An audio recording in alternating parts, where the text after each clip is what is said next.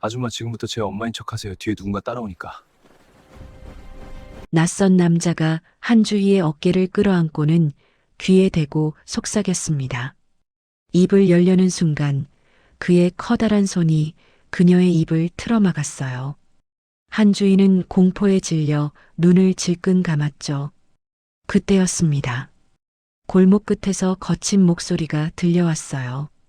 야, 어디 갔어? 분명 이쪽으로 왔는데. 한주희를 찾는 사내들의 목소리였습니다. 그녀의 심장은 멈출 줄 모르고 날뛰기 시작했어요. 남자의 소나기가 더욱 단단해졌고 그의 가슴팔에 안긴 채 그녀는 숨조차 제대로 쉴 수 없었습니다. 발소리가 점점 가까워졌습니다. 과연 이들에게 어떤 일이 벌어질까요? 이 여자 어디 갔어? 분명 이쪽으로 튀었는데. 조폭들이 한주희를 찾는 소리였습니다. 한주희의 심장은 미친 듯이 뛰었습니다. 가슴이 터져버릴 것만 같았죠. 천하의 대한건설그룹 회장이 이 냄새나는 재개발 골목에서 객사할지도 모른다는 공포가 그녀를 짓눌렀습니다. 오늘 밤은 50년 만에 기록적인 폭설이 쏟아지는 밤이었습니다. 한주희는 수행 비서도 없이 홀로 이곳을 찾은 것을 뼈저리게 후회하고 있었어요. 재개발 현장에서 용역들이 세입자들을 무자비하게 쫓아낸다는 투서를 받고 직접 눈으로 확인하려다 그만 사촌 차영호의 수하들에게 들키고 만 것이죠. 꼭 잡아야 한다. 차영호가 내린 섬뜩한 지령. 그 말을 들은 이상 한주희는 살기 위해 눈밭을 구르며 도망칠 수밖에 없었습니다. 하지만 하이힐을 신고 눈 쌓인 언덕을 달리는 건 불가능했죠. 결국 막다른 골목, 폐가 구석에 몰려 웅크리고 있던 찰나였습니다. 그때 어둠 속에서 튀어나온 낯선 청년이 그녀를 낚아챈 것이었죠. 뚜벅, 뚜벅. 사내들의 발소리가 바로 등 뒤까지 다가왔습니다. 한주희는 공포에 질려 덜덜 떨며 청년의 옷자락을 꽉 움켜쥐었어요. 손가락이 시리도록 차가웠지만 놓을 수가 없었습니다. 그때였습니다. 청년이 갑자기 한주희의 어깨를 흔들며 쩔렁쩔렁한 목소리로 소리를 지르기 시작했습니다. 아, 엄마! 내가 술 좀 작작 마시라고 했지? 한주희는 눈을 동그랗게 뜨고 청년을 올려다봤습니다. 청년은 억울해 미치겠다는 표정으로 연기를 이어갔어요. 치매약도 안 먹고 이 밤에 어딜 돌아다녀? 얼어 죽으려고 환장했어? 제발 집에 좀 가다니까. 청년의 목소리가 얼마나 리얼한지 한주희조차 순간 자신이 진짜 치매 노인인가 착각할 정도였죠. 바로 뒤에 있던 사내들이 멈칫하며 두 사람을 훑어봤습니다. 가로등 불빛 아래 낡은 점퍼를 입은 가난해 보이는 청년과 술 취한 사실은 공포에 질려 고개를 푹 숙인 여자가 보일 뿐이었으니까요. 한주희의 값비싼 코트는 이미 진흙과 눈 범벅이 되어 고급스러움을 잃은 지 오래였습니다. 사내 중 우두머리로 보이는 남자가 바닥에 침을 뱉으며 인상을 썼습니다. 씨, 뭐야? 그냥 취객이잖아! 형님, 저쪽 폐가 쪽으로 간 거 아닙니까? 발자국이 저기로 이어지는데요. 야! 빨리 이동해! 놓치면 우리 다 목 날아간다! 사내들의 발소리가 눈보라 속으로 멀어져 갔습니다. 그제야 청년은 한주희의 입을 막고 있던 손을 천천히 뗐습니다. 한주희는 다리에 힘이 풀려 그 자리에 털썩 주저앉고 말았죠. 심장이 터질 것 같았고 숨조차 제대로 쉬어지지 않았습니다. 온몸에서 식은땀이 비오듯 쏟아졌어요. 청년은 바닥에 주저앉은 한주희를 내려다보며 툭 던졌습니다. 아줌마, 간도 크시네. 겁도 없이 거길 왜 들어가요? 거긴 우리 같은 놈들도 밤에는 안 가는데. 한주희는 고개를 들어 자신을 구해준 생명의 은인을 바라봤습니다. 가로등 불빛을 등지고 선 청년의 얼굴은 역광이라 잘 보이지 않았지만 왠지 모를 낯익은 기운이 느껴졌어요. 고마워요. 한주희가 떨리는 목소리로 겨우 입을 떼자 청년이 콧방귀를 끼며 대수롭지 않게 말했습니다. 고마우면 밥이나 사주든가요. 아님 떡값이라도 좀 주시던지. 말은 퉁명스럽게 했지만 청년은 자신의 목에 두르고 있던 낡은 목도리를 풀어 한주희의 목에 감아주었습니다. 그 목도리에서 퀴퀴한 땀 냄새와 흙 냄새가 났지만 한주희는 태어나서 덮어본 밍크 코트보다 더 따뜻하다고 느꼈죠. 일어날 수 있겠어요? 여기 계속 있으면 얼어 죽어요. 청년이 거칠고 투박한 손을 내밀었습니다. 한주희는 홀린 듯 그 손을 잡았습니다. 차가운 눈보라가 휘몰아치는 재개발 폐허 한복판. 대한민국 재계 서열 5위의 회장과 갈 곳 없는 흙수저. 청년의 운명은 그렇게 거친 손길 하나로 이어지기 시작했습니다. 청년은 한주희를 이끌고 눈길을 헤쳐나갔습니다. 무릎까지 쌓인 눈을 밟으며 그들이 도착한 곳은 재개발 구역. 가장 구석진 곳에 있는 낡은 컨테이너 박스였습니다. 녹이 슬어 붉게 변한 컨테이너는 금방이라도 눈무게에 찌그러질 듯 위태로워 보였죠. 누추하지만 어쩌겠어요. 호텔 스위트룸은 아니더라도 얼어 죽는 것보단 나을 겁니다. 청년은 뻑뻑한 쇠문 손잡이를 낑낑대며 돌려 열었습니다. 기익. 소름 끼치는 쇠소리와 함께 문이 열리자 퀴퀴한 곰팡이 냄새와 냉기가 훅 쏟아져 나왔습니다. 한주희는 주저하며 안으로 들어서지 못했습니다. 평생 대리석 바닥만 밟고 살아온 그녀에게 이 짐승 우리 같은 공간은 충격 그 자체였으니까요. 청년의 재촉에 한주희는 쭈뼛거리며 컨테이너 안으로 발을 들였습니다. 청년은 익숙한 손놀림으로 벽을 더듬어 스위치를 올렸습니다.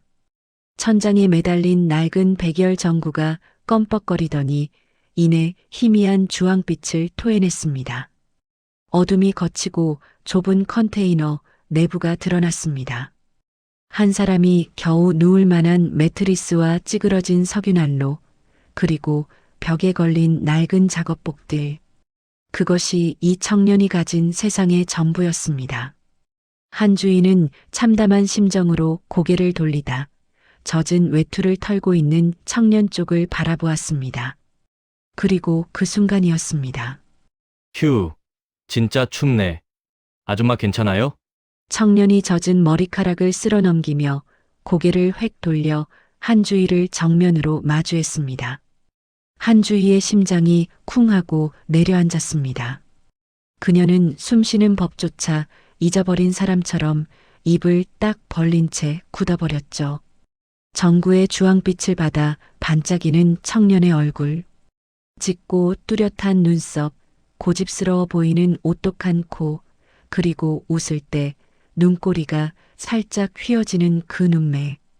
그것은 25년 전 교통사고로 싸늘한 주검이 되어 돌아왔던 남편의 얼굴과 소름 끼칠 정도로 똑같았습니다. 여보. 한주희의 입에서 헛소리 같은 신음이 새어나왔습니다. 세상에 이럴 수는 없었습니다. 아무리 닮아도 이렇게까지 똑같을 수는 없는 노릇이었습니다. 마치 젊은 시절의 남편이 타임머신을 타고 눈앞에 나타난 것 같은 착각에 한주희는 현기증을 느꼈습니다.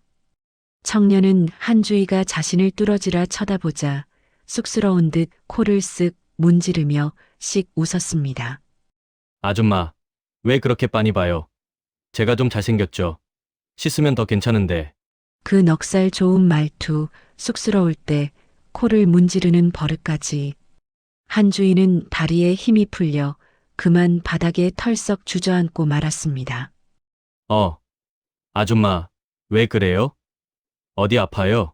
청년이 놀라서 달려와 한주희의 어깨를 부축했습니다.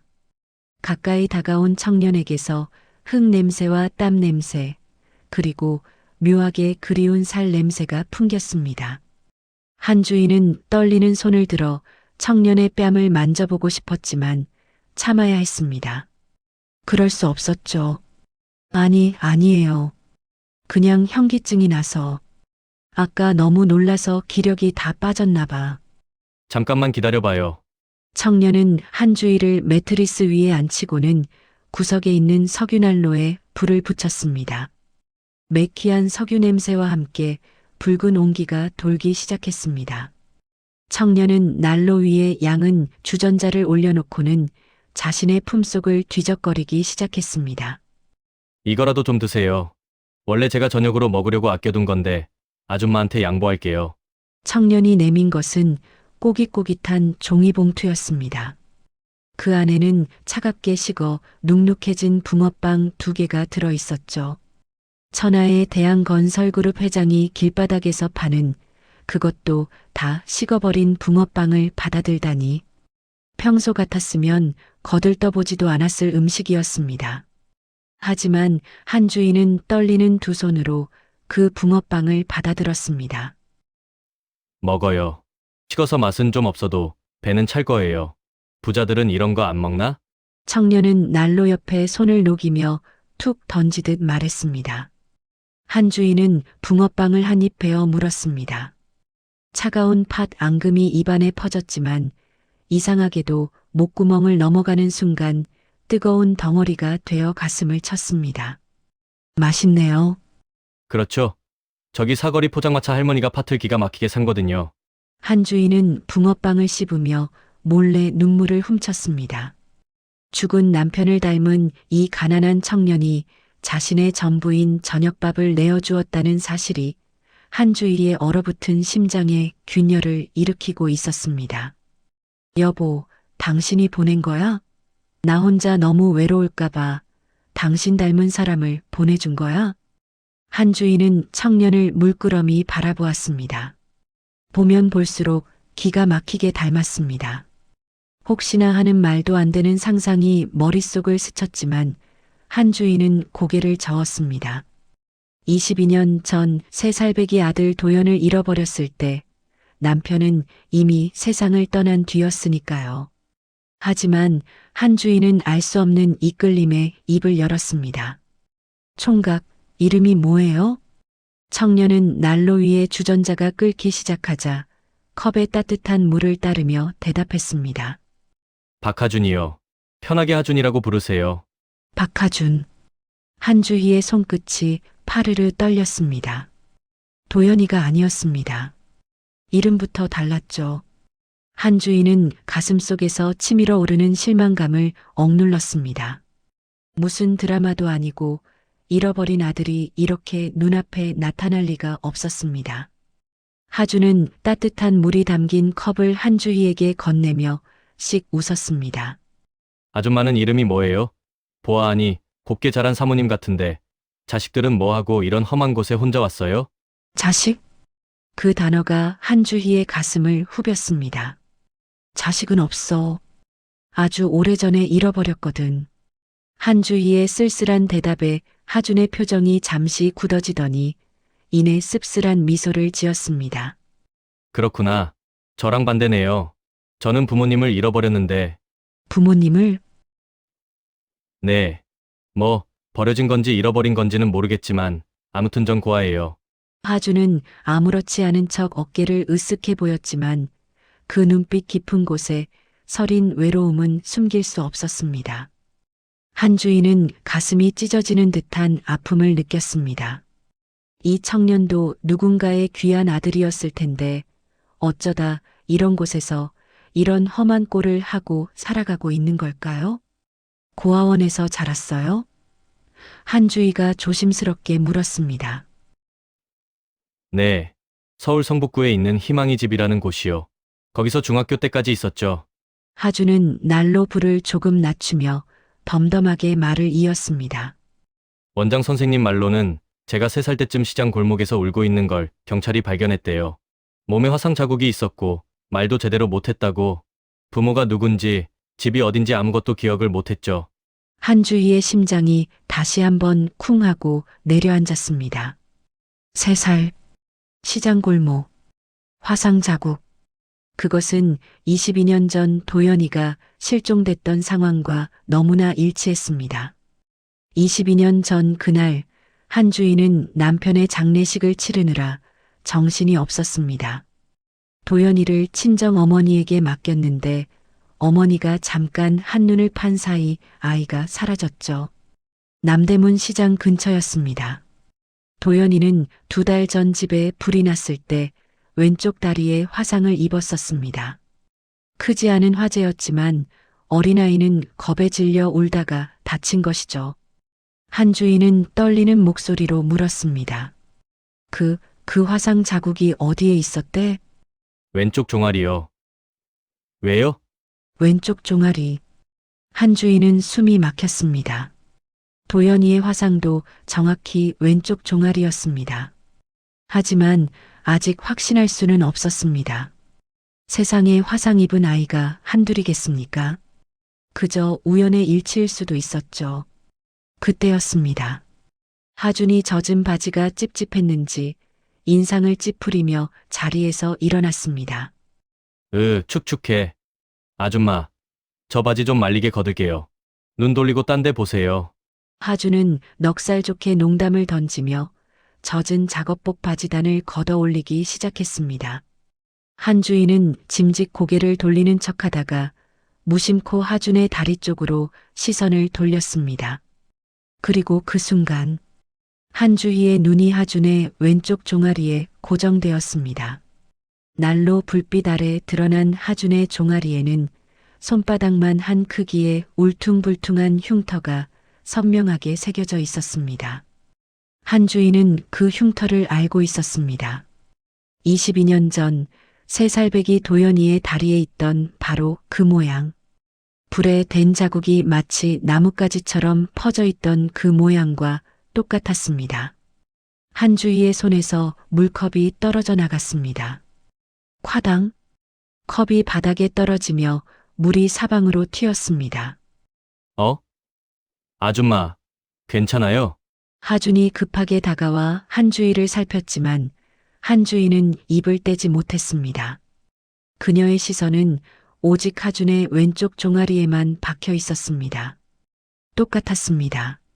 모양도 크기도 위치도 22년 전 밤마다 약을 발라주던 그 흉터와 완벽하게 일치했습니다. 한주희의 눈에서 뜨거운 눈물이 주르륵 흘러내렸습니다. 아줌마, 왜 우세요? 제가 뭘 잘못했나요? 하준은 당황해서 어쩔 줄 몰라 하며 한주희의 어깨를 토닥였습니다. 한주희는 떨리는 손으로 하준의 손을 붙잡았습니다. 그 흉터 언제부터 있었어요? 아, 이거요? 글쎄요. 태어날 때부터 있었던 것 같은데 고아원 선생님들 말로는 제가 처음 왔을 때부터 있었다고 하더라고요. 하준은 흉터를 부끄러운 듯 가리며 씁쓸하게 웃었습니다. 못생겼죠? 여름에 반바지 입기도 창피하고 그래서 전 항상 긴 바지만 입어요. 한주희는 더 이상 참을 수 없었습니다. 그녀는 하준을 끌어안고 목 놓아 울기 시작했습니다. 아줌마, 왜 그래요? 진짜 괜찮아요? 하준은 영문도 모른 채 울고 있는 한주희를 어색하게 안아주었습니다. 한주희의 머릿속에서는 22년 전 그날의 기억이 파노라마처럼 스쳐 지나갔습니다. 남편의 장례식장, 텅 빈 시장 골목, 그리고 영영 돌아오지 않은 3살배기 도연이. 그 아이가 지금 자신의 품에 안겨 있었습니다. 이름은 바뀌었지만 이 청년은 분명 자신의 아들이었습니다. 한주희는 떨리는 목소리로 속삭였습니다. 도연아. 하준은 한주희의 말을 듣지 못했습니다. 그저 미친 사람처럼 우는 이 낯선 여자를 달래느라 정신이 없었죠. 아줌마, 진정해요. 무슨 일 있으면 말해요. 제가 도와드릴게요. 한주희는 하준의 등을 쓰다듬으며 조용히 결심했습니다. 이 아이를 다시는 놓치지 않겠다고. 22년 전 잃어버린 아들을 이번에는 반드시 지켜내겠다고. 그리고 이 아이의 인생을 망가뜨린 자들 하나도 남김없이 대가를 치르게 하겠다고.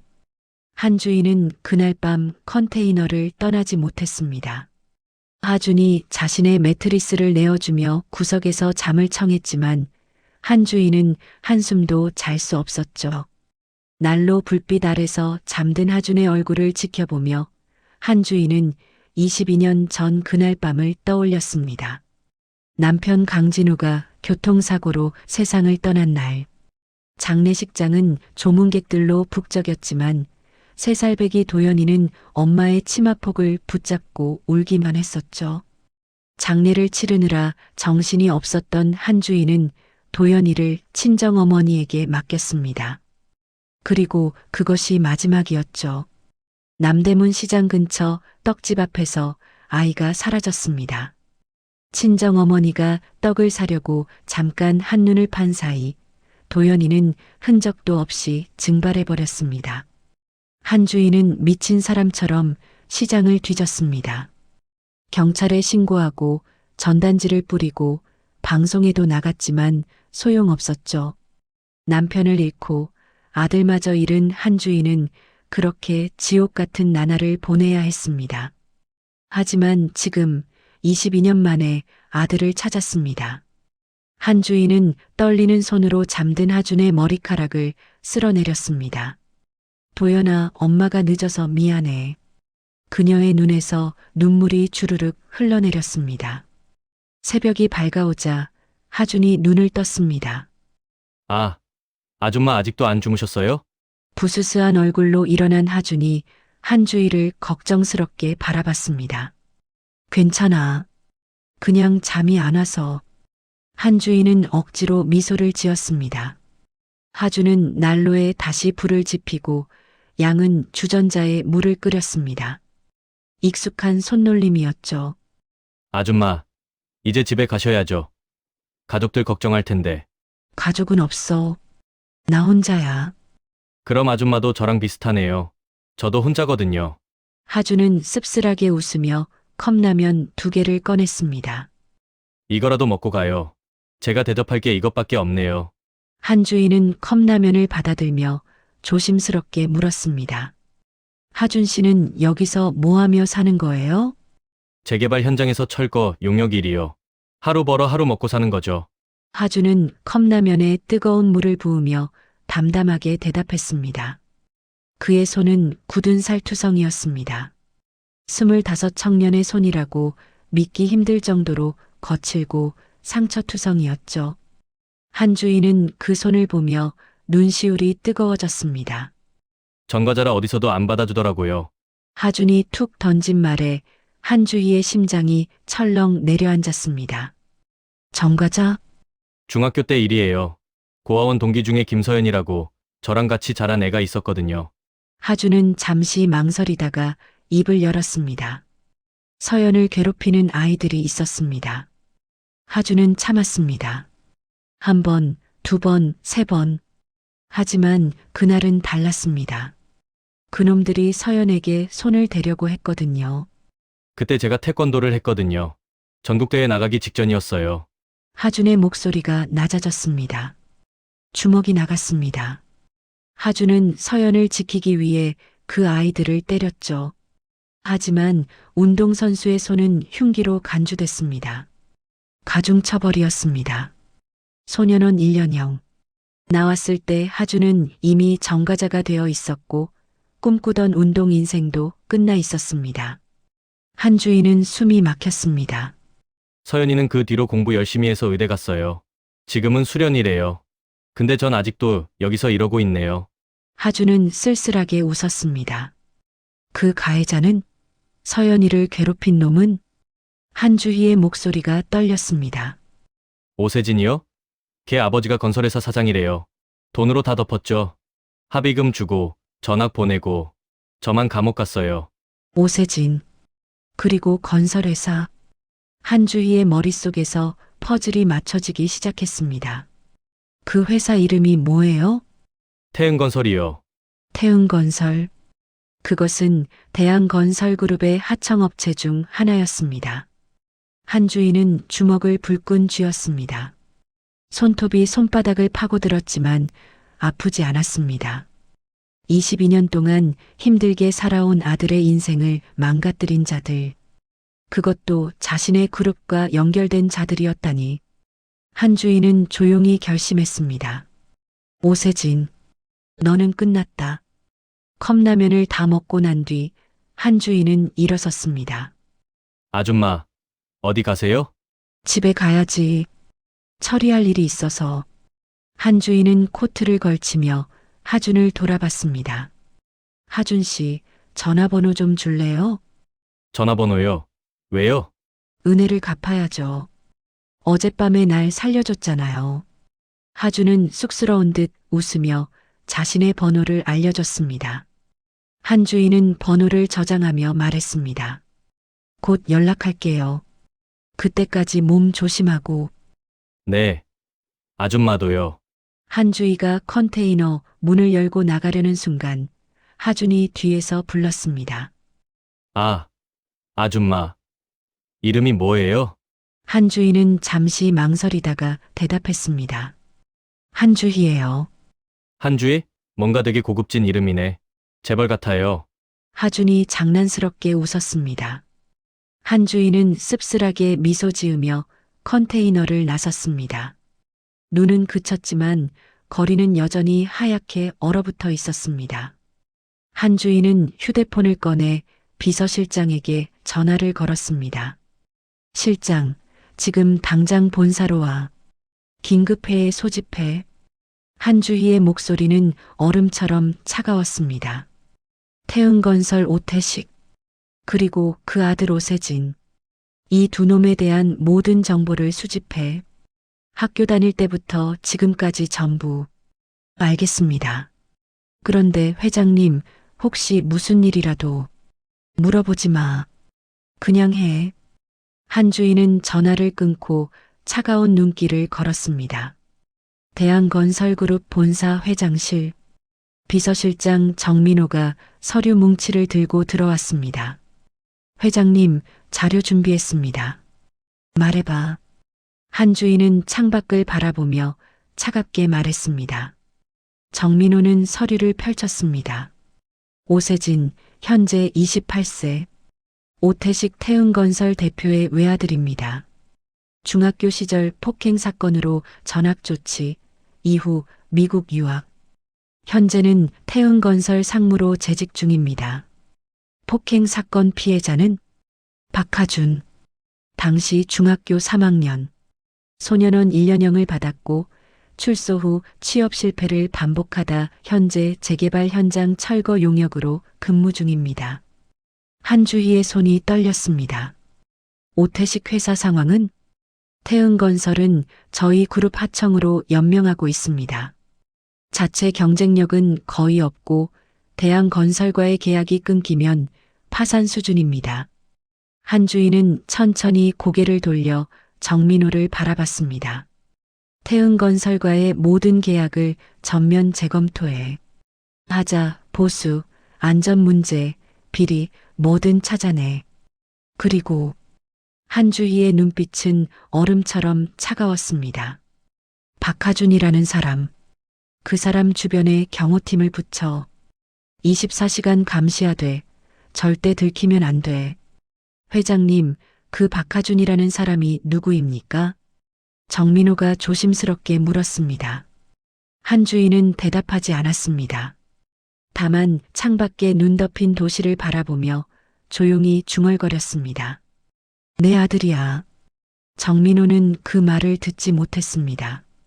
그날 밤 한주희는 자신의 침실에서 오래된 앨범을 꺼냈습니다. 22년 전 3살배기 도연이의 사진들이 그곳에 있었죠. 빙그레 웃고 있는 아이의 얼굴은 지금의 하준과 똑같았습니다. 도연아, 엄마가 이제 다 바로잡을게. 내 인생 망가뜨린 놈들 하나도 안 놔둘 거야. 한주희는 사진을 가슴에 안고 조용히 눈물을 흘렸습니다. 그리고 그 순간 그녀는 알지 못했습니다. 사촌 차영호가 이미 하준의 존재를 눈치챘다는 사실을, 그리고 그가 하준을 제거하기 위한 계획을 세우고 있다는 사실을. 폭풍 전야의 고요함이었습니다. 다음 날 아침 하준은 컨테이너에서 잠을 깼습니다. 어제 한주희 회장이 떠난 뒤 혼자 남겨진 공간은 이상하게도 더 넓고 쓸쓸하게 느껴졌죠. 석유난로에 불을 붙이고 주전자에 물을 끓이면서도 하준의 머릿속에는 어젯밤 회장이 했던 말들이 맴돌았습니다. 총각, 절대 바보 아니에요. 총각은 세상에서 제일 훌륭하고 용감한 사람이에요. 그 말이 가슴 한구석을 따뜻하게 데웠지만 동시에 알 수 없는 불안감도 함께 밀려왔습니다. 하준아. 밖에서 맑은 여자 목소리가 들렸습니다. 하준은 화들짝 놀라 문 쪽을 돌아봤습니다. 그 목소리를 알아차리는 순간 가슴이 철렁 내려앉았죠. 하준아, 나야. 문 좀 열어줘. 하준은 한숨을 내쉬며 무거운 발걸음으로 문을 열었습니다. 눈 쌓인 언덕길을 숨 가쁘게 올라온 서연이 서 있었습니다. 물 빠진 청바지에 두툼한 베이지색 코트를 입고 목도리를 칭칭 감은 수수한 차림이었죠. 하지만 하준의 눈에 들어온 건 서연의 옷차림이 아니었습니다. 양손에 무겁게 들린 반찬통 보따리, 그리고 추운 날씨에도 볼이 발갛게 상기된 얼굴이었습니다. 하준은 그 모습을 보는 순간 가슴이 미어지는 것 같았지만 얼굴만큼은 더욱 차갑게 굳혔습니다. 너 여기 또 왜 왔어? 하준의 목소리는 날카롭게 갈라졌습니다. 어제 한주희 회장에게 보여주었던 그 넉살 좋은 모습은 온데간데 없었습니다. 잔뜩 가시를 세운 고슴도치처럼 서연을 밀어내려는 의지가 역력했죠. 오늘 비번이라서 왔어. 서연은 하준의 타박에도 아랑곳하지 않고 보따리를 흔들어 보이며 환하게 웃었습니다. 그 웃음은 추운 겨울 아침 햇살처럼 눈부셨습니다. 너 밥은 제대로 먹고 다니는 거야? 얼굴이 반쪽이네. 내가 장조림이랑 멸치볶음 해왔어. 너 좋아하는 거잖아. 가라. 필요 없으니까. 하준은 서연이 내민 보따리를 보지도 않고 고개를 돌렸습니다. 그러고는 서연의 손을 거칠게 뿌리쳐냈죠. 야, 이서연. 내가 오지 말라고 했지. 여기가 어디라고? 의사 선생님이 드나들어서 소문나면 너 병원에서 잘려. 하준의 모진 말에도 서연은 물러서지 않았습니다. 오히려 보따리를 눈밭에 내려놓고는 하준의 옷자락을 꽉 붙잡았습니다. 그녀의 눈가가 붉어지기 시작했죠. 상관없어. 잘리면 잘리는 거지. 서연의 목소리가 떨렸습니다. 추위 때문인지 감정 때문인지 알 수 없는 떨림이었습니다. 나 의사 된 거 너 때문이잖아. 너 감옥 갔을 때 내가 할 수 있는 게 아무것도 없어서 그래서 죽어라 공부해서 의사 된 거야. 나중에 너 다치면 내가 고쳐주려고. 서연의 눈에서 굵은 눈물이 뚝뚝 떨어졌습니다. 그 눈물이 하준의 낡은 작업복 위로 떨어지며 작은 얼룩을 만들었죠. 하준은 그 눈물을 보며 가슴이 찢어지는 것 같았습니다. 하지만 그럴수록 더 모질게 굴어야 했습니다. 서연을 지키는 방법은 그것뿐이었으니까요. 하준아, 제발 나 좀 밀어내지 마. 서연은 울먹이며 하준의 가슴을 주먹으로 툭툭 쳤습니다. 힘없는 주먹질이었지만 그 안에 담긴 절박한 만큼은 무겁게 하준의 가슴을 짓눌렀습니다. 너 나 구하려다가 그놈 팔 부러뜨리고 정과자 된 거잖아. 나 때문에 국가대표 꿈도 접었잖아. 미안해. 나 때문에 내 인생 망가진 것 같아서 내가 매일매일 얼마나 아픈지 알아?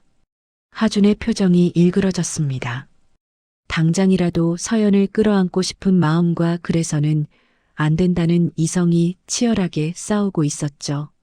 하준은 이를 악물고 서연의 어깨를 잡아 억지로 돌려 세웠습니다. 착각하지 마. 내가 좋아서 한 일이야. 너한테 빚받으려고 한 거 아니라고. 하준은 자신의 목소리가 떨리는 걸 느꼈지만 멈출 수 없었습니다. 그리고 나 이제 정과자야. 철거 용역 사내라고. 너 같은 의사 선생님이랑은 급이 달라. 그러니까 제발 내 눈앞에서 좀 꺼져줘. 박하준, 너 진짜 다시는 오지 마. 한 번만 더 오면 그땐 내가 사라져버릴 거야.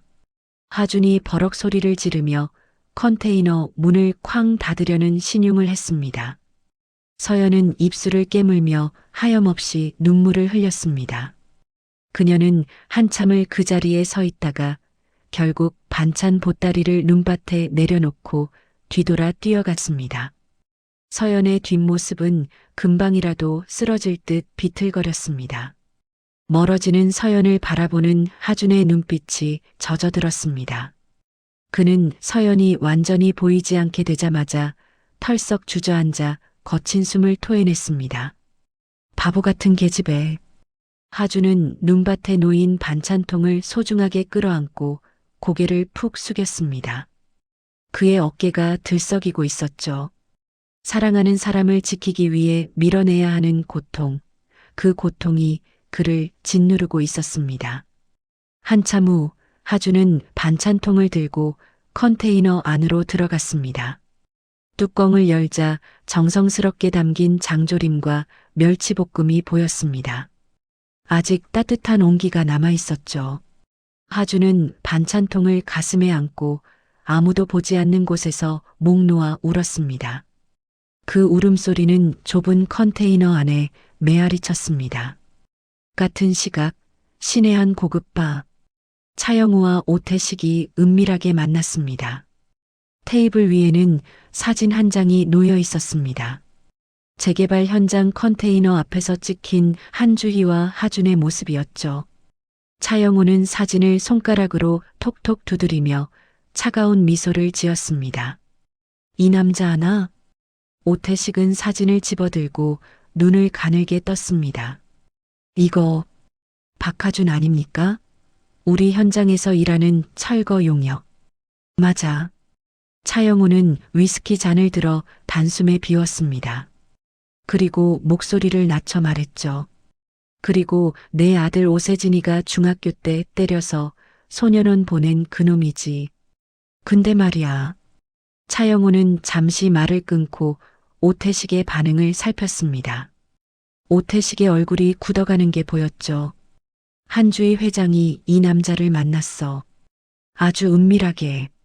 그것도 여러 번. 오태식의 손이 부들부들 떨렸습니다. 잔을 쥔 손에서 위스키가 흔들거렸죠. 그게 무슨 의미입니까? 아직도 모르겠어? 차영우는 오태식을 노려봤습니다. 그의 눈빛은 독사처럼 차갑고 날카로웠죠. 내 정보망에 따르면 한주희가 내 회사를 조사하기 시작했어. 계약 전면 재검토, 비리 수사, 뭐든 찾아내라고 지시했다더군. 그리고 박하준이라는 그 남자를 24시간 경호하라고 명령했대. 오태식의 얼굴이 하얗게 질렸습니다. 설마 그 남자가. 그래. 22년 전에 실종된 한주희의 아들일지도 몰라. 박도연 말이야. 차영우의 말에 오태식은 숨이 막혔습니다.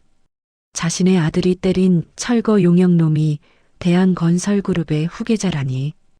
이건 날벼락도 이런 날벼락이 없었습니다. 그럼 우린 끝이야. 만약 한주희가 그 사실을 확신하게 되면 말이지. 차영우는 이를 악물었습니다. 나는 22년 전 도연이를 납치한 일 때문에, 너는 내 아들이 그 도연이를 정가자로 만든 일 때문에 우리 둘 다 감옥에 갈 거야. 오태식은 떨리는 손으로 위스키를 들이켰습니다. 목구멍으로 넘어가는 술이 화끈거렸지만 식은땀은 멈추지 않았습니다. 그럼 어떻게 해야 합니까? 차영우는 잠시 침묵했습니다. 그리고 조용히 하지만 또렷하게 말했습니다. 박하준을 없애야 해. 오태식은 숨을 들이켰습니다. 사고로 처리하는 거야. 재개발 현장은 위험한 곳 아니야? 언제든 사고가 날 수 있지. 위에서 철골이 떨어질 수도 있고 발을 헛디뎌 추락할 수도 있고. 차영우의 눈빛은 차갑게 가라앉았습니다. 그 남자만 사라지면 한주희는 증거를 잃는 거야. 설령 의심한다 해도 확신할 수 없어. 유전자 검사 할 시체도 없으면 소용없지. 오태식은 식은땀을 흘리며 망설였습니다. 하지만 그건 사람을 죽이는 건데요. 이미 우리 손은 더러워. 차영호는 차갑게 웃었습니다. 22년 전에도 그리고 지금도 선택해. 박하준이 죽느냐, 우리가 감옥에 가느냐. 오태식은 떨리는 손으로 휴대폰을 꺼냈습니다. 한참을 망설이다가 고개를 끄덕였습니다. 알겠습니다. 제가 처리하죠. 빠르게 해. 한주희가 공식 발표하기 전에 두 남자는 악수를 나눴습니다. 그것은 또 다른 범죄의 시작이었습니다. 하지만 그들은 몰랐습니다. 한주희가 이미 모든 것을 알고 있다는 사실을, 그리고 경호팀이 하준 주변을 24시간 감시하고 있다는 사실을. 덫은 이미 쳐져 있었고 그들은 스스로 그 덫 속으로 걸어 들어가고 있었습니다. 다음 날 아침 하준은 평소처럼 재개발 현장으로 출근했습니다. 컨테이너 문 앞에 놓인 서연의 반찬통을 챙겨 가방에 넣었죠. 먹지는 않았지만 버릴 수도 없었습니다. 그 반찬통은 서연의 마음이 담긴 마지막 흔적 같았으니까요. 하준은 가방 끈을 매며 하늘을 올려다봤습니다. 회색빛 구름이 낮게 깔려 있었고 찬바람이 얼굴을 매섭게 핥히고 지나갔죠. 현장 사무실에 도착하자 현장 반장이 하준을 불렀습니다. 박하준, 오늘 3구역 옥상 작업 투입이야. 하준은 고개를 갸웃했습니다. 평소에는 1층 철거 작업만 맡았거든요. 갑자기요? 제가 고소 작업은 한 적이 없는데. 왜 못해? 반장의 목소리가 날카로웠습니다. 평소와 다른 어조였죠. 아니요, 하겠습니다. 하준은 작업복을 입고 안전모를 썼습니다. 3구역은 5층짜리 낡은 상가 건물로 이미 철거가 절반쯤 진행된 상태였습니다. 하준은 다른 인부들과 함께 좁은 계단을 올라 옥상으로 향했습니다. 한 걸음 오를 때마다 발밑에 콘크리트가 부서져 먼지가 피어올랐죠. 옥상에 도착하자 바람이 세차게 불었습니다. 5층 높이에서 내려다본 풍경은 아찔했습니다. 발밑으로 보이는 재개발 구역의 폐허들, 그리고 멀리 보이는 도시의 빌딩들이 마치 다른 세상처럼 느껴졌죠. 야, 박하준. 너는 저쪽 끝에 가서 철골 작업해. 반장이 건물 가장자리를 가리켰습니다. 가장 위험해 보이는 곳이었죠. 하준은 고개를 끄덕이고 지정된 위치로 갔습니다. 발밑은 낭떠러지였고 사방에서 콘크리트 가루가 눈발처럼 날렸습니다. 하준은 철골 절단기를 들고 작업을 시작했습니다. 오늘 일당을 받으면 서연에게, 아니, 서연을 위해 기도라도 한번 올리자는 생각을 하며 묵묵히 일했습니다. 그때 건물 아래 주차된 검은 세단 안에서 경호원이 무전기를 들었습니다. 본부, 여기 3번. 타겟이 5층 옥상으로 올라갔습니다. 위험 지역입니다. 주변의 수상한 움직임도 포착됩니다. 알겠다. 계속 주시하고 만약의 사태에 대비해 구조장비 준비해도.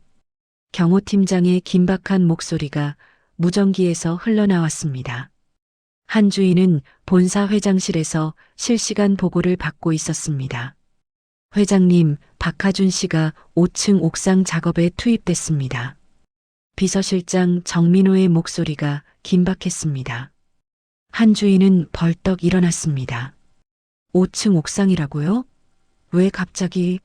그 애는 항상 1층 작업만 했잖아요. 평소와 다른 배치입니다. 그리고 방금 정보가 들어왔는데 어제 저녁 오태식이 현장 반장과 만났다고 합니다. 한주희의 얼굴이 하얗게 질렸습니다. 가슴이 철렁 내려앉았죠. 경호팀 즉시 투입. 지금 당장? 그리고 내 차 대기시켜. 알겠습니다. 한주인은 코트를 집어들고 회장실을 뛰쳐나갔습니다. 엘리베이터를 기다릴 시간조차 아까워 계단으로 내려갔죠. 구두굽이 부러질 정도로 빠르게 달렸습니다. 재개발 현장, 5층 옥상.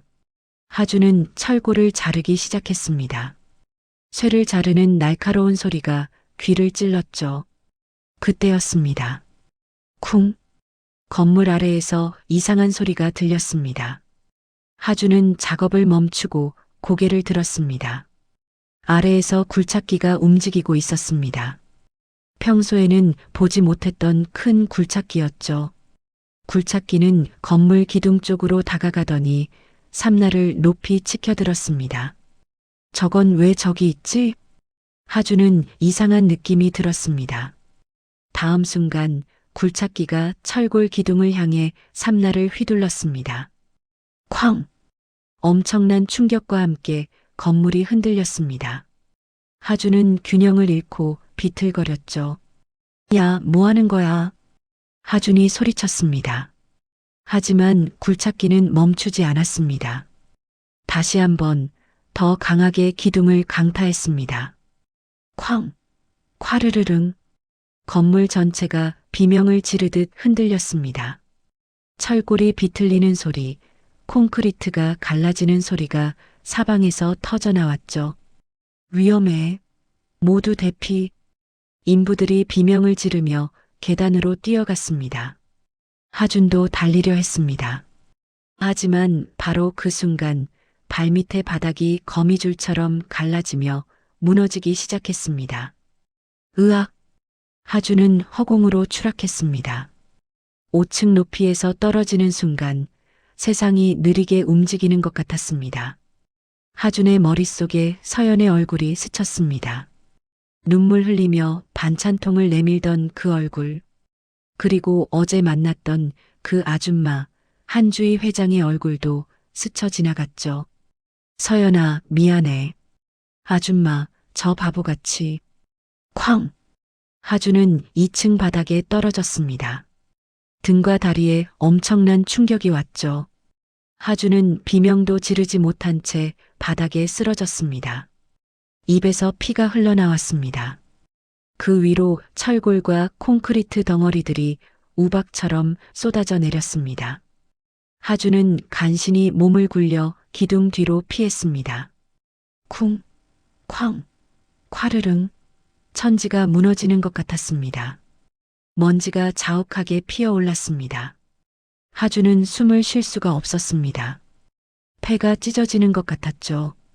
다리에서는 피가 흘러나왔습니다. 따뜻한 피가 차가운 콘크리트 바닥을 적셨습니다. 이대로 죽는 건가? 하준의 의식이 흐릿해졌습니다. 멀리서 사이렌 소리가 들렸습니다. 사고 났다. 119 불렀어. 사람 있어요. 살려주세요. 인부들의 목소리가 들렸습니다. 하지만 현장 반장의 목소리는 달랐습니다. 잠깐만. 섣불리 들어가면 안 돼. 2차 붕괴 위험 있어. 모두 물러서. 반장은 인부들이 구조하러 가는 것을 막았습니다. 오태식의 지시대로 시간을 끌고 있었던 것이죠. 반장님, 사람이 죽어요. 빨리 구조해야죠. 닥쳐. 내가 현장 책임자야. 안전이 확보될 때까지 아무도 들어가지 마. 시간이 흘렀습니다. 5분, 10분. 하주는 피를 흘리며 바닥에 쓰러져 있었습니다. 의식이 점점 멀어져 갔죠. 손가락 하나 움직일 수 없었습니다. 그때였습니다. 비켜. 당장 비켜. 날카로운 목소리와 함께 검은 정장을 입은 남자들이 현장으로 뛰어들었습니다. 한주희가 보낸 경호팀이었습니다. 저기 사람 있습니다. 빨리. 경호원들은 반장을 거칠게 밀치고 무너진 건물 안으로 뛰어들었습니다. 야, 너희 뭐야? 함부로 들어가면 안 돼. 반장이 소리쳤지만 경호원들은 무시했습니다. 그들은 철골과 콘크리트 더미를 맨손으로 치우며 하준을 찾았습니다. 손이 찢어지고 피가 났지만 멈추지 않았죠. 여기 있습니다. 의식 없음, 다리 골절, 복부 출혈로 보입니다. 경호원이 무전기로 보고했습니다. 그들은 하준을 조심스럽게 들어올려 밖으로 옮겼습니다. 구급차가 이미 도착해 대기하고 있었고 하준은 들것에 실렸습니다. 환자 의식 없음, 혈압 저하, 즉시 병원으로. 구급대원이 급하게 소리쳤습니다. 구급차가 출발하려는 순간 한 대의 검은 세단이 급브레이크를 밟으며 멈춰섰습니다. 차에서 한주희가 뛰어내렸습니다. 얼굴은 하얗게 질려 있었고 숨을 헐떡이고 있었죠. 하준 씨. 한주희는 구급차로 달려갔습니다. 들것에 실린 하준의 모습을 본 순간 한주희의 다리가 풀렸습니다. 피투성이가 된 하준. 축 늘어진 팔, 창백한 얼굴, 입가에 맺힌 피. 아줌마. 하준이 희미하게 눈을 떴습니다. 초점 없는 눈동자가 한주희를 향했죠. 하준 씨, 괜찮아요. 제가 왔어요. 제가 지켜줄게요. 절대 죽지 마요. 한주희는 하준의 손을 꽉 잡았습니다. 그 손은 차갑고 축축했습니다. 엄마. 하준은 헛소리처럼 중얼거리고는 다시 의식을 잃었습니다. 한주희의 가슴이 찢어지는 것 같았습니다. 빨리, 빨리 가요. 한주희가 구급대원에게 소리쳤습니다. 구급차가 출발했고 한주희는 자신의 차를 타고 뒤따랐습니다. 차 안에서 한주희는 비서실장에게 전화를 걸었습니다. 실장, 현장 CCTV 전부 확보해. 그리고 현장 반장, 굴착기 운전사, 오늘 현장에 있던 모든 사람 명단 뽑아. 한 명도 빠짐없이. 한주희의 목소리는 얼음처럼 차가웠습니다. 이건 사고가 아니에요. 계획된 살인이에요. 증거 하나도 놓치지 마요. 병원 응급실. 하준은 곧바로 수술실로 옮겨졌습니다. 한주희는 수술실 밖 복도에서 기다렸습니다. 손은 떨리고 눈물은 멈추지 않았죠. 제발, 제발 살려주세요. 한주희는 무릎을 꿇고 기도했습니다. 22년 만에 찾은 아들을 이렇게 또 잃을 수는 없었습니다. 수술실 불빛이 켜져 있었습니다. 1시간, 2시간, 3시간. 긴 시간이 흘렀습니다. 한주희는 복도 벤치에 앉아 피 묻은 손을 내려다봤습니다. 하준의 피였습니다. 구급차에서 하준의 손을 잡았을 때 묻은 피. 한주희는 그 피를 닦지 않았습니다. 내 아들의 피. 22년 만에 만난 내 새끼가 흘린 피. 그리고 마침내 수술실 문이 열렸습니다. 의사가 나왔습니다. 보호자 되시는 분? 한주희는 벌떡 일어났습니다. 저요. 제가 보호자예요. 수술은 성공적이었습니다. 한주희는 주저앉으며 울음을 터뜨렸습니다. 감사합니다. 정말 감사합니다. 의사는 한주희를 일으켜 세우며 말을 이었습니다. 다만 왼쪽 다리 골절이 심하고 늑골 2대가 부러져서 재활이 필요할 것 같습니다. 그리고 정말 천운이었습니다. 조금만 늦었어도 과다출혈로 위험했을 겁니다. 한주희는 눈물로 범벅이 된 얼굴로 고개를 끄덕였습니다. 하준은 중환자실로 옮겨졌고 한주희는 유리창 너머로 하준을 바라봤습니다. 온몸에 붕대를 감고 산소호흡기를 낀 하준의 모습. 한주희는 유리창에 손을 대고 속으로 맹세했습니다. 도연아, 엄마가 이제 다 끝낼게. 너한테 이런 짓 한 놈들 하나도 안 놔둘 거야. 한주희는 휴대폰을 꺼내 정민호에게 전화를 걸었습니다. 실장, 긴급 유전자 검사 준비해. 내 혈액 샘플이랑 저 환자 혈액 샘플 오늘 안으로 결과 나와야 해. 알겠습니다, 회장님. 한주희는 전화를 끊고 다시 중환자실을 응시했습니다. 이제 확실히 해야 할 때였습니다. 그날 오후 6시 한주인은 중환자실 앞 복도에서 비서실장을 기다리고 있었습니다. 유리창 너머로 보이는 하주는 여전히 깊은 잠에 빠져 있었죠. 산소호흡기의 규칙적인 소리만이 정적을 깨뜨렸습니다. 한주인은 유리창에 손을 대고 하준을 바라봤습니다. 저 아이가 정말 도연이일까? 마음은 이미 확신하고 있었지만 머리는 아직 의심을 버리지 못하고 있었습니다. 복도 끝에서 정민호가 서류 봉투를 들고 다가왔습니다. 그의 표정이 심상치 않았습니다. 회장님, 결과 나왔습니다. 정민호는 봉투를 한주희에게 건넸습니다. 한주희는 떨리는 손으로 봉투를 받았습니다. 봉투가 너무 무거웠습니다. 종이 한 장의 무게가 아니었습니다. 22년의 무게였죠. 한주희는 봉투를 뜯었습니다.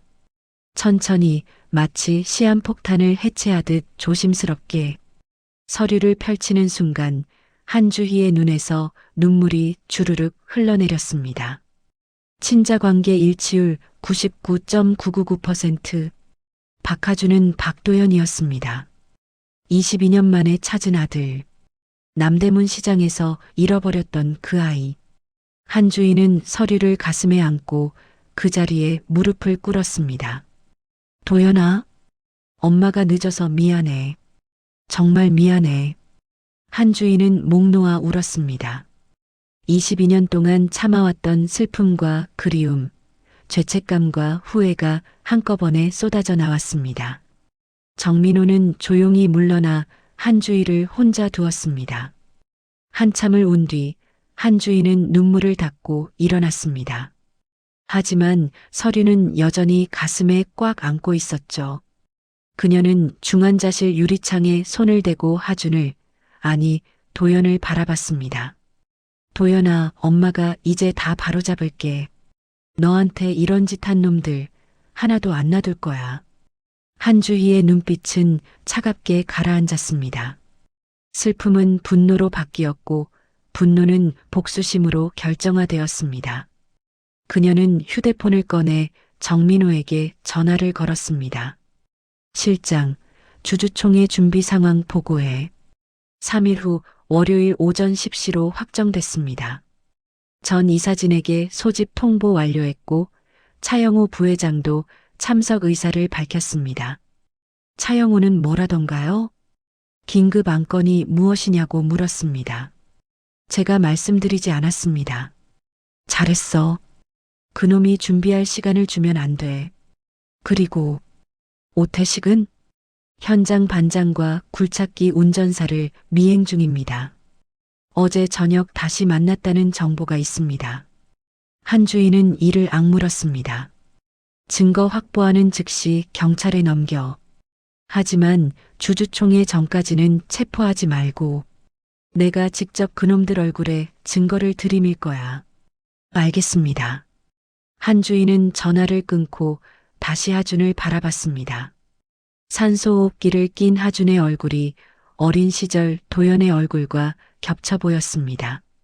3살 때 그 통통하던 볼은 이제 각진 턱으로 변했고 귀여운 눈은 이제 깊은 눈매가 되었지만 그래도 도연이었습니다. 분명히 도연이었죠. 도연아, 조금만 기다려. 엄마가 다 끝내고 올게. 다음 날 아침 하준이 깨어났습니다. 하준은 신음하며 눈을 떴습니다. 온몸이 욱신거렸고 왼쪽 다리는 깁스로 고정되어 있었죠. 천장에 흰 형광등이 눈을 찔렀습니다. 하준 씨, 정신 드세요? 간호사가 달려와 하준을 살폈습니다.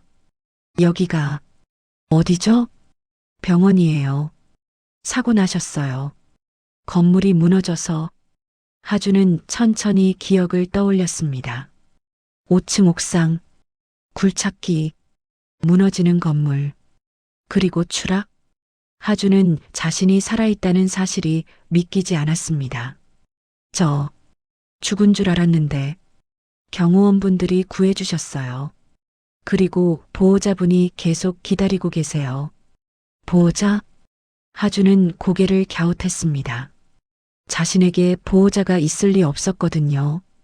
그때 병실 문이 열렸습니다. 한주희가 들어왔습니다.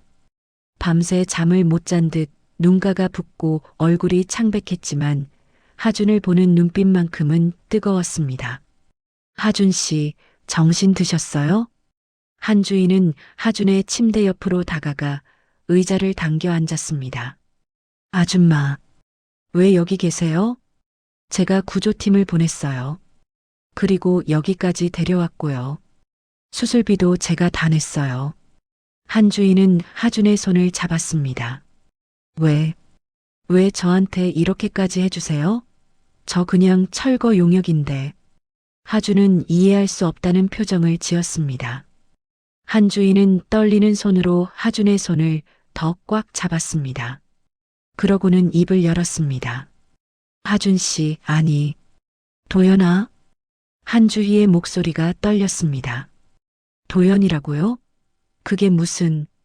너 22년 전에 남대문 시장에서 잃어버린 기억 없니? 하준은 숨이 막혔습니다. 그건 어떻게...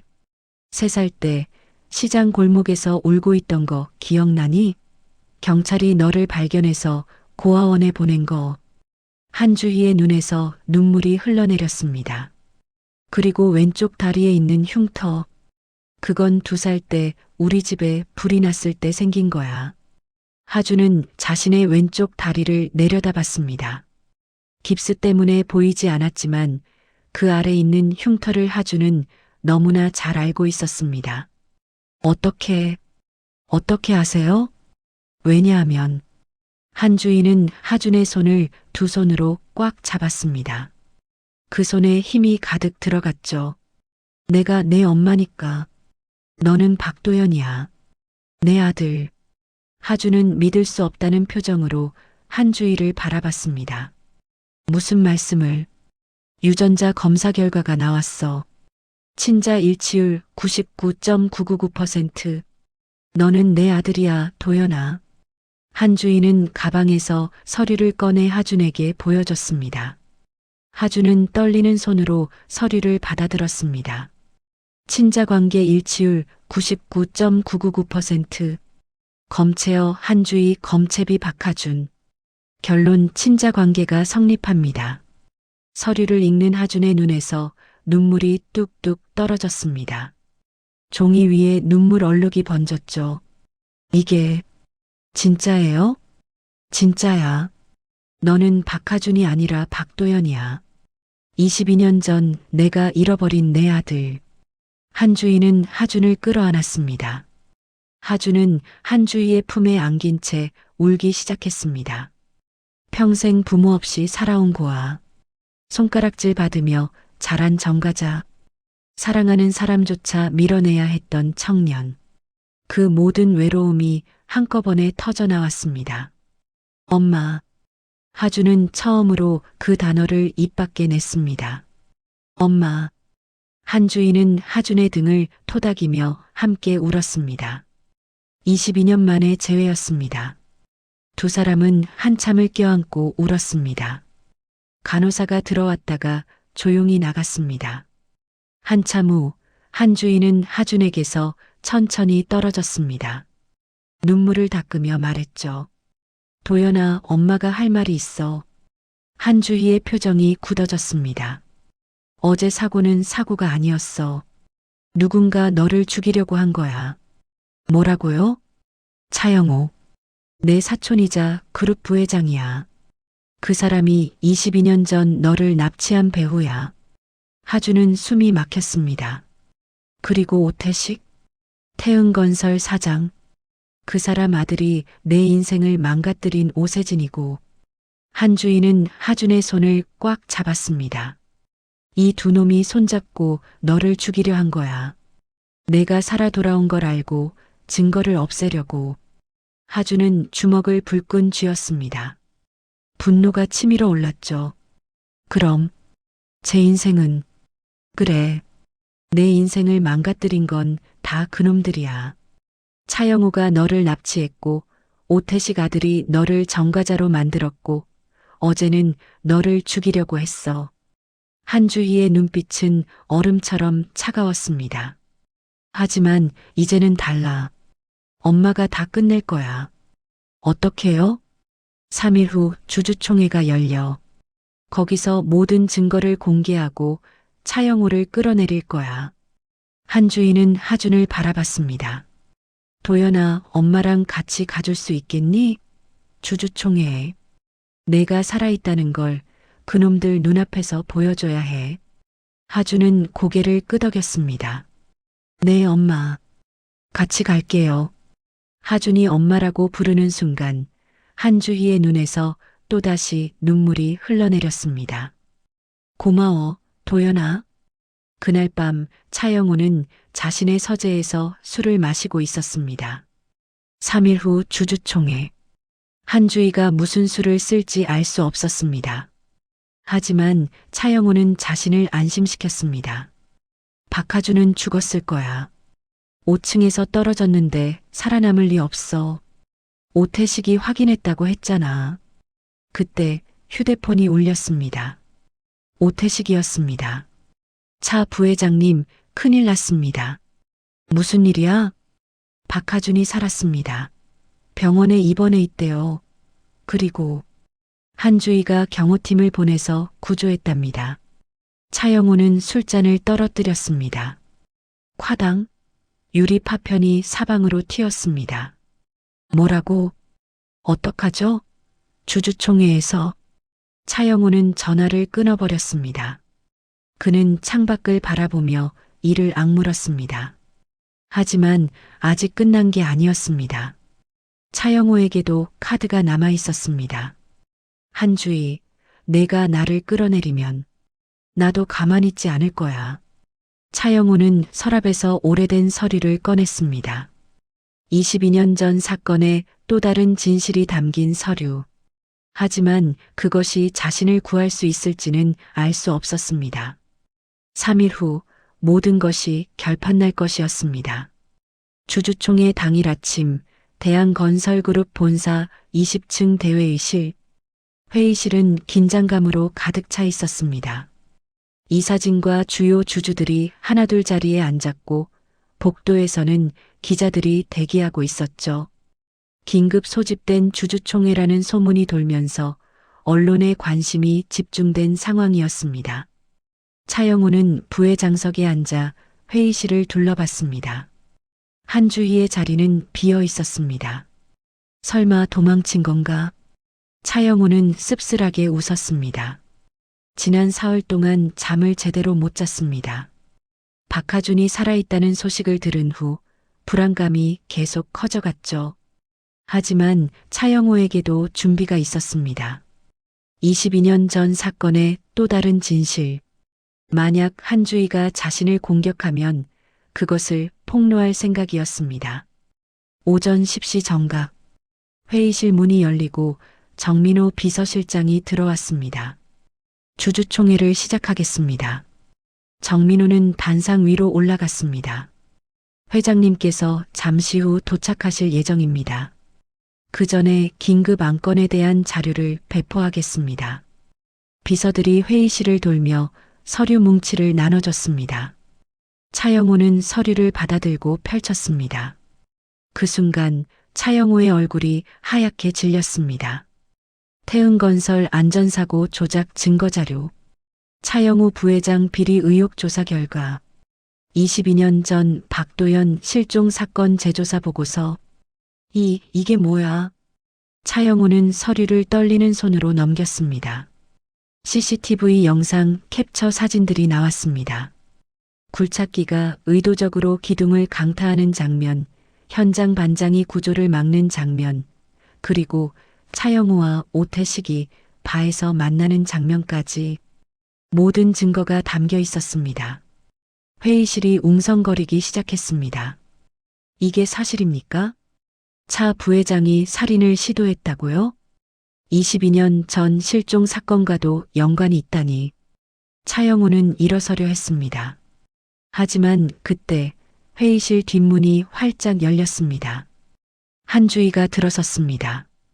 검은색 정장에 높은 구두를 신고 머리를 단정하게 올린 모습이었습니다. 그녀의 얼굴에는 어떤 감정도 보이지 않았습니다. 차가운 얼음처럼 굳어 있었죠. 그리고 그녀의 뒤로 휠체어를 탄 청년이 따라 들어왔습니다. 박하준, 아니 박도연이었습니다. 환자복 위에 정장 재킷을 걸친 도연의 얼굴은 창백했지만 눈빛만큼은 형하게 살아 있었습니다. 그것은 죽음의 문턱에서 돌아온 자의 눈빛이었죠. 뒤에서는 의사 가운을 입은 서연이 휠체어를 밀고 있었습니다. 회의실이 순식간에 조용해졌습니다. 한주인은 단상 위로 걸어갔고 도연의 휠체어는 회의실 앞쪽에 멈췄습니다. 안녕하십니까, 주주 여러분. 한주희의 목소리는 차갑고 단호했습니다. 오늘 긴급 주주총회를 소집한 이유는 간단합니다. 우리 그룹 내부에 숨어있던 범죄자를 처단하기 위해서입니다. 한주희는 차영우를 똑바로 바라봤습니다. 그 시선은 얼음 송곳처럼 날카로웠죠. 차영우 부회장, 당신은 22년 전 제 아들 박도연을 납치했습니다. 그리고 3일 전 살아 돌아온 그 아이를 죽이려 했죠. 회의실이 술렁였습니다. 차영우는 벌떡 일어났습니다. 무슨 헛소리야. 증거가 어디 있어? 증거요? 한주인은 리모컨을 들어 스크린을 켰습니다. CCTV 영상이 재생됐습니다. 바에서 차영우와 오태식이 대화하는 장면이었죠. 음성도 선명하게 녹음되어 있었습니다. 박하준을 없애야 해. 사고로 처리하는 거야. 그 남자만 사라지면 한주인은 증거를 잃는 거야. 차영우의 목소리가 회의실에 울려 퍼졌습니다. 이사들이 경악했습니다. 몇몇은 자리에서 일어나 차영우를 노려봤죠. 이건 조작이야. 조작이라고. 차영우가 소리쳤습니다. 하지만 그의 목소리는 떨리고 있었습니다. 조작이라고요? 한주인은 또 다른 서류를 꺼냈습니다. 22년 전 당신이 보낸 남자들의 증언서입니다. 그들은 이미 검찰에 자수했고 당신의 지시로 3살짜리 아이를 납치해 시장에 버렸다고 진술했습니다. 한주인은 서류를 차영우 앞으로 던졌습니다. 서류가 공중에서 펼쳐지며 차영우의 발밑에 떨어졌죠. 그리고 3일 전 사고. 현장 반장과 굴착기 기사도 이미 자백했습니다. 오태석의 지시를 받았다고요. 그 오태석은 당신과 공모했고요. 차영우는 뒷걸음질 쳤습니다. 벽에 부딪힐 때까지 물러났죠. 왜 그랬는지 아십니까? 한주희의 목소리가 떨렸습니다.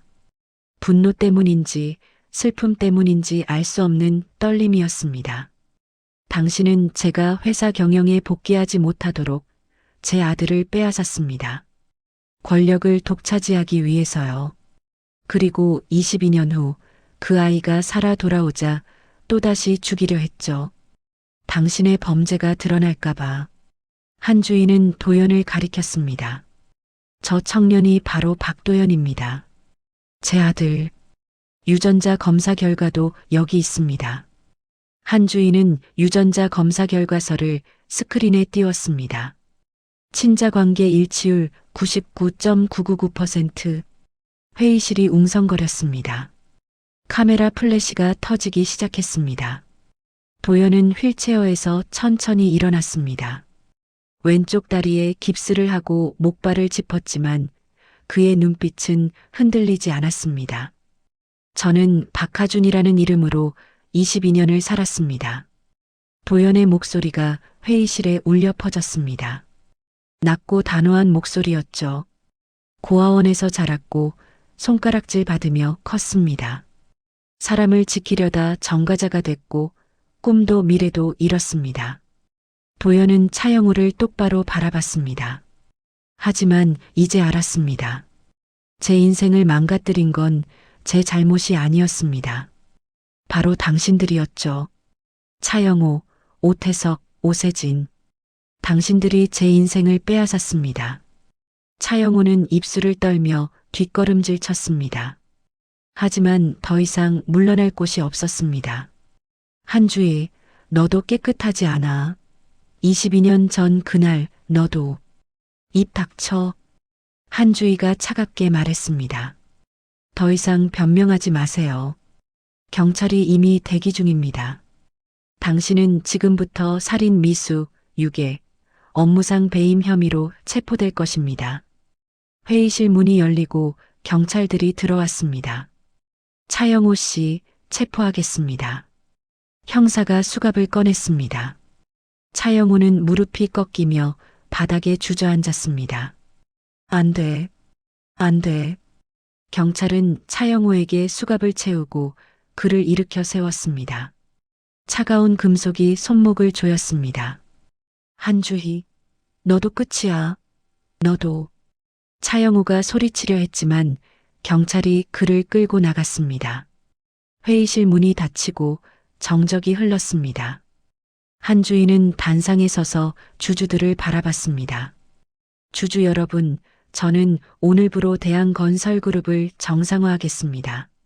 비리를 척결하고 투명한 경영을 약속드립니다. 그리고 한주희는 도연을 바라보며 미소 지었습니다. 제 아들 박도연을 여러분께 소개합니다. 22년 만에 돌아온 대한건설그룹의 정당한 후계자입니다. 박수 소리가 터져 나왔습니다. 이사들이 하나둘 일어나 박수를 쳤고 곧 회의실 전체가 박수로 가득 찼습니다. 도연은 어색하게 고개를 숙여 인사했습니다. 서연은 뒤에서 도연의 어깨를 다독였죠. 한주희는 단상에서 내려와 도연에게 다가갔습니다. 그리고 도연의 손을 잡았습니다. 고생했어, 도연아. 아니에요, 엄마. 엄마가 더 고생하셨죠. 두 사람은 서로를 바라보며 미소 지었습니다. 22년 만에 복수가 끝났습니다. 이제 새로운 시작만이 남아 있었습니다. 회의실 밖에서는 차영호가 경찰차에 실려갔습니다. 그는 창밖을 바라보며 이를 악물었지만 이미 늦었습니다. 모든 것이 끝난 것이죠. 같은 시각 태흥건설 사무실. 오태석과 오세진은 TV로 주주총회 생중계를 보고 있었습니다. 박도연이 나타나는 순간 오태석은 리모컨을 떨어뜨렸습니다. 아빠, 우리 어떡해요? 오세진이 떨리는 목소리로 물었습니다. 다 끝났다. 오태석은 주저앉았습니다. 그때 사무실 문이 열리고 경찰들이 들어왔습니다. 오태석 씨, 오세진 씨, 살인 교사 및 폭행 혐의로 체포하겠습니다. 수갑이 채워지는 소리가 사무실에 울려 퍼졌습니다. 주주총회가 끝난 후 일주일, 차영호는 구속됐고 오태석과 오세진도 함께 체포됐습니다. 검찰 조사 결과 오세진은 중학교 시절 폭행 사건뿐 아니라 여러 건의 범죄에 연루되어 있었고 오태석은 그때마다 돈으로 무마해왔던 것으로 드러났습니다. 태흥건설은 파산 절차에 들어갔고 대한건설그룹과의 모든 계약이 취소됐습니다. 도연은 병원에서 재활 치료를 받고 있었습니다. 왼쪽 다리 골절은 심했지만 의사는 재활을 잘하면 일상생활에는 문제없을 거라고 했습니다. 어느 화창한 오후 병실 문이 노크 소리와 함께 열렸습니다. 도연아, 들어가도 돼? 서연이었습니다. 손에는 과일 바구니를 들고 있었죠. 도연은 침대에 앉아 있다가 서연을 보고 환하게 웃었습니다. 서연아, 왔어? 회진 끝나고 바로 왔어. 서연은 과일 바구니를 테이블에 놓고 도연 옆에 앉았습니다. 그녀의 손이 도연의 손을 찾아 꽉 잡았죠. 병원에서 소문 다 들었어. 내가 재벌 회장님 아들이라면서 22년 만에 찾았다면서. 그게 사실이야. 도연은 머리를 극적였습니다. 미안해, 서연아. 그동안 너한테 모질게 굴었던 거. 바보야. 서연은 도연의 손을 더 꽉 잡았습니다.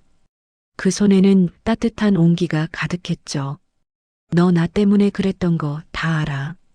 나 망치지 않으려고 밀어낸 거잖아. 하지만 너도 알아야 해.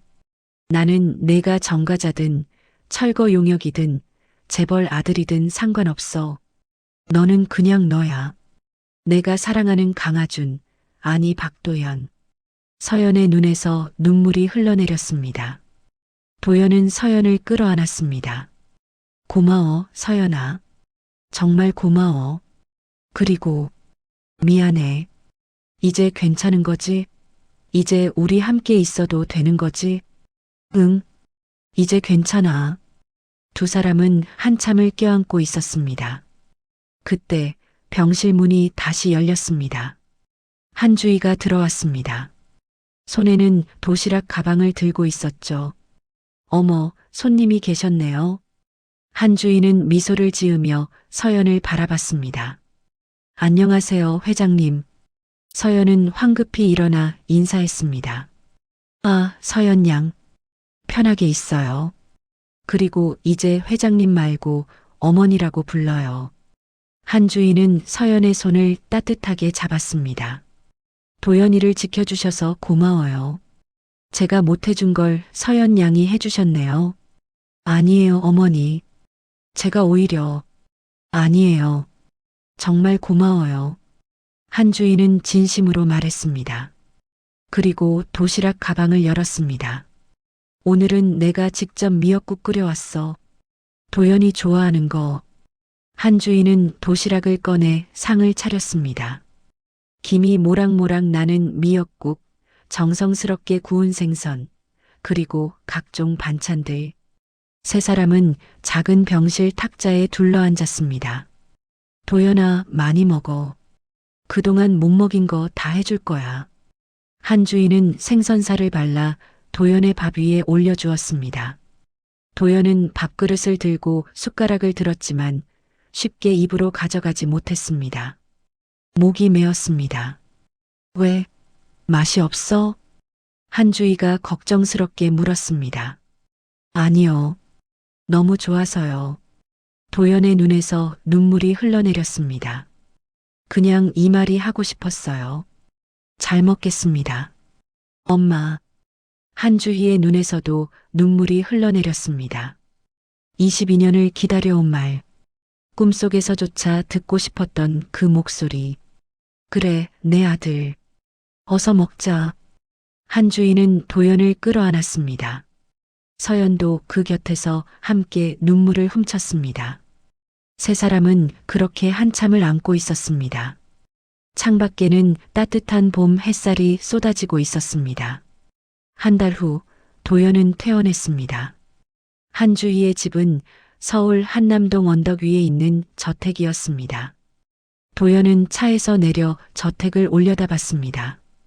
거대한 정원과 분수, 그리고 웅장한 건물. 도연은 숨이 막혔습니다. 여기가 우리 집이에요? 응. 내가 3살 때까지 살던 집이야. 한주희는 도연의 손을 잡고 대문을 열었습니다. 넓은 정원을 지나 현관문을 열자 가정부들이 줄지어 서 있었습니다. 도련님, 환영합니다. 가정부들이 일제히 인사했습니다. 도연은 어색하게 고개를 숙였습니다. 저기, 괜찮아. 천천히 익숙해지면 돼. 한주희는 도연을 2층으로 데려갔습니다. 여기가 내 방이야. 한주희가 문을 열었습니다. 넓은 방 안에는 새 가구들이 놓여 있었고 창문 너머로는 서울 시내가 한눈에 보였습니다. 이 방은 내가 3살 때 쓰던 방이야. 22년 동안 그대로 보관하고 있었는데 내가 돌아올 것 같아서 새로 꾸몄어. 한주희는 서랍을 열었습니다. 안에는 오래된 사진첩이 들어 있었습니다. 이게 뭐예요? 내 어릴 때 사진들이야. 한주희는 사진첩을 펼쳤습니다. 3살짜리 도연이 빙글에 웃고 있는 사진, 아빠 품에 안겨 있는 사진, 첫 돌잔치 사진들이 가득했습니다. 도연은 사진을 보며 눈물을 흘렸습니다. 제가 이렇게 행복했었구나. 응. 너는 엄마 아빠의 보물이었어. 지금도 그래. 한주희는 도연을 끌어안았습니다.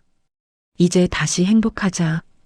엄마가 22년 동안 못해준 거 다 해줄게. 엄마. 도연은 한주희의 품에서 목 놓아 울었습니다. 22년 동안 참아왔던 외로움과 그리움이 한꺼번에 터져나왔습니다. 그날 저녁 한주희는 도연을 위해 특별한 저녁 식사를 준비했습니다. 식탁에는 도연이 좋아하는 음식들이 가득했습니다. 갈비찜, 잡채, 전, 그리고 따뜻한 된장찌개까지. 어떻게 제가 좋아하는 걸 아셨어요? 서연 양한테 물어봤지. 한주희는 웃으며 도연의 그릇에 음식을 담아줬습니다. 많이 먹어. 그동안 고생 많았으니까 살 좀 쪄야 해. 네, 엄마. 도연은 젓가락을 들었습니다. 그리고 한참을 망설이다가 조용히 말했습니다. 잘 먹겠습니다. 엄마. 그 말 한마디가 한주희의 가슴을 따뜻하게 데웠습니다. 평범한 말이었지만 22년을 기다려온 말이었습니다. 응, 많이 먹어. 우리 도연이. 두 사람은 마주 앉아 저녁을 먹었습니다. 창밖으로는 별이 빛나기 시작했습니다. 1년 후, 도연은 완전히 회복했습니다. 재활 치료를 성실하게 받은 덕분에 다리도 거의 정상으로 돌아왔죠. 하지만 도연은 대한건설그룹의 후계자 수업을 받는 대신 다른 길을 선택했습니다. 엄마, 저 회사 물려받지 않을래요. 어느 날 저녁 도연이 한주희에게 말했습니다. 왜? 내가 정당한 후계자인데. 저는 제 길을 가고 싶어요. 22년 동안 배운 게 있어요. 힘없는 사람들을 지키는 법. 도연은 진지한 표정으로 말했습니다. 저 경호 회사를 차리고 싶어요. 제 태권도 실력을 살려서 약한 사람들을 보호하는 일을 하고 싶어요. 한주희는 잠시 침묵했습니다. 그리고 미소를 지었습니다. 그래. 내가 하고 싶은 걸 해. 엄마가 지원해 줄게. 한주희는 도연의 태권도 실력과 현장 경험을 높이 4JS 시큐리티라는 전문 경호 회사를 설립해 주었습니다. 과거에는 사람을 해치는 흉기 취급을 받았던 도연의 주먹이 이제는 사람을 지키는 든든한 방패가 된 것이죠. 어느 따뜻한 봄날, 도연은 서연과 함께 한강공원을 걷고 있었습니다. 벚꽃이 만개해 있었고 꽃잎이 바람에 날려 두 사람의 머리 위로 떨어졌습니다. 서연아. 도연이 걸음을 멈추고 서연을 바라봤습니다. 왜? 나랑 결혼해 줄래? 도연은 주머니에서 작은 상자를 꺼냈습니다. 상자를 열자 반지가 반짝였습니다. 도연아. 서연의 눈에서 눈물이 흘러내렸습니다. 나는 아직 아무것도 없어. 돈도 없고 집도 없고. 하지만 너를 지킬 수는 있어. 평생 지킬 수 있어. 바보야. 서연은 도연을 끌어안았습니다. 너는 이미 다 가지고 있어. 나한테 필요한 건 너뿐이야. 두 사람은 벚꽃 아래에서 키스했습니다. 주변 사람들이 박수를 쳤고 꽃잎이 두 사람 위로 흩날렸습니다. 그날 저녁 도연은 한주희에게 청혼 소식을 전했습니다. 엄마, 저 서연이랑 결혼하기로 했어요. 한주희는 환하게 웃었습니다. 축하해, 도연아. 서연 양은 정말 좋은 사람이야. 엄마도 딸 같아. 고마워요, 엄마. 혼수는 엄마가 다 준비할게. 그리고 집도 마련해 줄게. 엄마, 괜찮아요. 저희가 할게요. 아니야. 22년 동안 못 해준 거 다 해주고 싶어. 제발 엄마 맘 좀 받아줘. 한주희의 눈에서 눈물이 흘러내렸습니다. 도연은 한주희를 끌어안았습니다. 알았어요, 엄마. 고마워요. 6개월 후 도연과 서연의 결혼식이 열렸습니다. 호텔 대연회장은 하객들로 가득 찼습니다. 도연은 턱시도를 입고 단상에 섰고 서연은 하얀 웨딩드레스를 입고 입장했습니다. 바이올린 선율이 흐르는 가운데 서연은 한주희의 손을 잡고 버질로드를 걸었습니다. 도연은 서연을 보며 눈물을 흘렸습니다. 22년 동안 꿈꿔온 순간이었습니다. 가족이 있는 결혼식, 엄마가 있는 결혼식, 신랑 신부에게 서약을 받겠습니다. 주례가 말했습니다. 신랑 박도연, 이 사람을 아내로 맞이하여 평생 사랑하고 보호하시겠습니까? 네, 맹세합니다. 도연의 목소리는 떨렸지만 단호했습니다. 신부 이서연, 이 사람을 남편으로 맞이하여 평생 사랑하고 함께 하시겠습니까? 네, 맹세합니다. 서연도 눈물로 범벅이 된 얼굴로 대답했습니다. 이제 두 사람의 결혼을 선언합니다. 신랑은 신부에게 키스해도 좋습니다. 도연은 서연을 끌어안고 키스했습니다. 하객들이 박수를 쳤고 한주희는 눈물을 흘리며 두 사람을 바라봤습니다. 피로연이 끝나고 도연은 한주희를 찾았습니다. 엄마 덕분에 이렇게 행복해졌어요. 정말 고마워요. 무슨 소리야? 엄마가 고마워야지. 살아 돌아와줘서, 엄마 곁에 있어줘서. 한주희는 도연을 끌어안았습니다. 행복하게 살아, 도연아. 그게 엄마가 바라는 전부야. 네, 엄마. 행복하게 살게요. 두 사람은 한참을 껴안고 있었습니다. 그날 밤 도연과 서연은 신혼여행을 떠났습니다. 한주희는 호텔 입구에서 두 사람을 배웅했습니다. 잘 다녀와, 도연아. 서연 양도. 네, 어머니. 다녀오겠습니다. 차가 출발하고 한주희는 차가 보이지 않을 때까지 손을 흔들었습니다. 한주희는 혼자 남은 호텔 입구에서 하늘을 올려다봤습니다. 별이 총총히 빛나고 있었습니다. 여보, 우리 도연이 결혼했어요. 정말 멋진 청년으로 자랐어요. 당신 닮아서 착하고 강하고 따뜻한 사람이 됐어요. 한주희는 하늘을 향해 조용히 말했습니다. 이제 걱정 말아요. 우리 도연이 정말 행복해요. 그녀의 눈에서 눈물이 흘러내렸습니다. 하지만 이번 눈물은 슬픔의 눈물이 아니었습니다. 행복의 눈물이었죠. 22년의 겨울이 끝나고 마침내 따뜻한 봄이 찾아온 것입니다.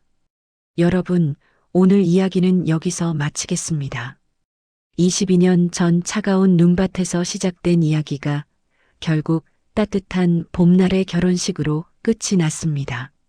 한주희 회장은 잃어버린 아들을 찾았고 도연은 평생 찾아 헤매던 엄마를 만났습니다.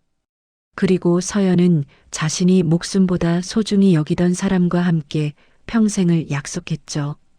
때로는 인생이 우리에게 너무 가혹한 시련을 주는 것 같습니다. 22년이라는 긴 세월 동안 한주희는 아들을 찾지 못했고 도연은 부모 없이 외롭게 자라야 했습니다.